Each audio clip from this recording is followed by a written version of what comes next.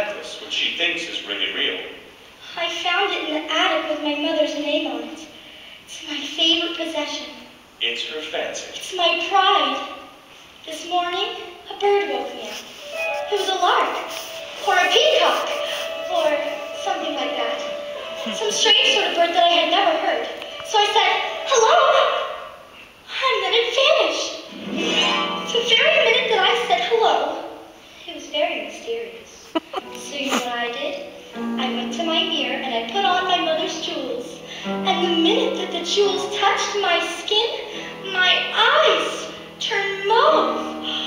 No, really, mauve. And then sort of blue, and then sort of deep magenta when the light hit them.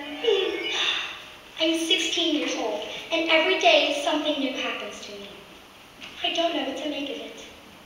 When I get dressed in the morning, I can